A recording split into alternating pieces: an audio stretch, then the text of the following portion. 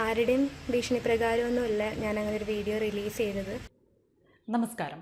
പരാതിക്കാരിയുടെ മൊഴിമാറ്റം പന്തീരങ്കാവ് കേസിനെ ബാധിക്കില്ലെന്ന് അന്വേഷണ സംഘം. ഭീഷണിപ്പെടുത്തിയോ പ്രതിഫലം നൽകിയോ മൊഴി മാറ്റിയതാകാമെന്നാണ് അന്വേഷണ സംഘത്തിന്റെ നിഗമനം. അതേസമയം മകൾ ആരുടെയോ സമ്മർദ്ദം നേരിടുന്നുണ്ട് എന്നാണ് അച്ഛന്റെ പ്രതികരണം.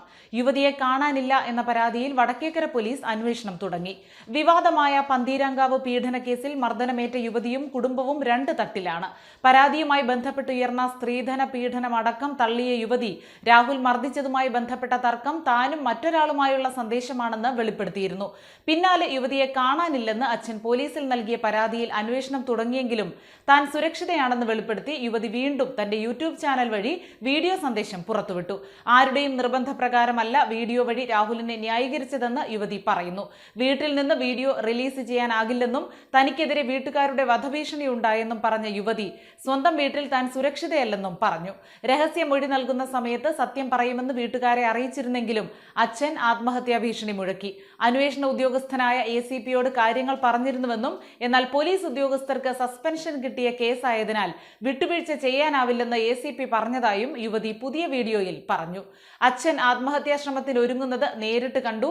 ഒരു വക്കീൽ ഒരു ദിവസം രാത്രി വീട്ടിൽ വന്നപ്പോൾ സത്യം പറഞ്ഞു. എന്നാൽ അവർ പോലും സത്യം പറയുന്നത് ബുദ്ധിമുട്ടാകുമെന്ന് പറഞ്ഞു.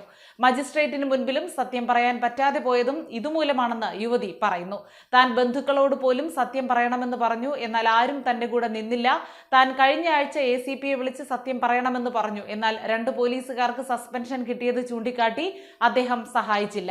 തന്റെ ഫോൺ പോലും കയ്യിൽ ഉണ്ടായിരുന്നില്ലെന്നും യുവതി പറയുന്നു. തന്റെ യൂട്യൂബിൽ ഇന്നലെ യുവതി പങ്കുവച്ച രണ്ടാമത്തെ വീഡിയോയിലാണ് കുടുംബത്തിനെതിരെ ആരോപണം ഉന്നയിച്ചത്.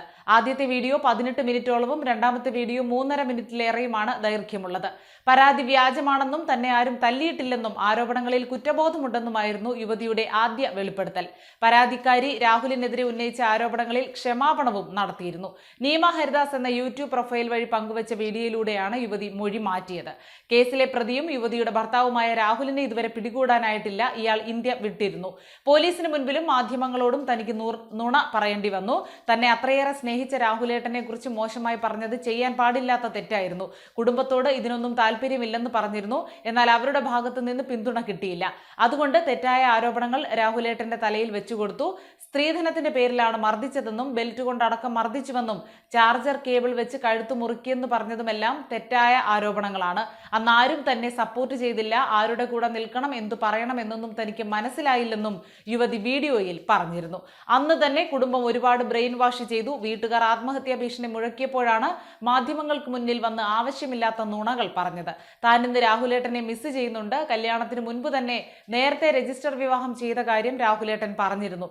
താനാണ് വീട്ടുകാരോട് ഇക്കാര്യം പറയേണ്ടെന്ന് പറഞ്ഞത്. അതേസമയം മകൾ മൊഴിമാറ്റിയ സംഭവത്തിൽ പ്രതികരണവുമായി അച്ഛനും രംഗത്തെത്തി. പുതിയ വീഡിയോയിലുള്ളത് മകളെ ഭീഷണിപ്പെടുത്തി പറയിച്ചതാണ്. മകളെ കാണാനില്ല, പോലീസിൽ പരാതി നൽകും, മകളെ കഴിഞ്ഞ ദിവസം മുതൽ ഫോണിലും കിട്ടുന്നില്ല, തിങ്കളാഴ്ച മുതൽ ജോലിക്ക് പോയെന്ന് അറിയിച്ചെങ്കിലും അവിടെ എത്തിയിരുന്നില്ല, മകളെ രാഹുൽ അടിച്ചത് വാസ്തവമാണ്, അതിന് തെളിവുകളുണ്ട്, ബെൽറ്റ് കൊണ്ട് അടിച്ചത് ഡോക്ടർ സാക്ഷ്യപ്പെടുത്തിയതാണ്, ഇതിന് ഫോറൻസിക് തെളിവുകൾ ഉണ്ടെന്നും അച്ഛൻ കൂട്ടിച്ചേർത്തു. രാഹുലിനെ നാട്ടിലെത്തിക്കാൻ CBI അടക്കം രംഗത്തിറങ്ങിയ ഘട്ടത്തിലാണ് യുവതിയുടെ ഈ മൊഴിമാറ്റം. ഇത് അന്വേഷണ സംഘത്തിന് തലവേദനയായിട്ടുണ്ട്.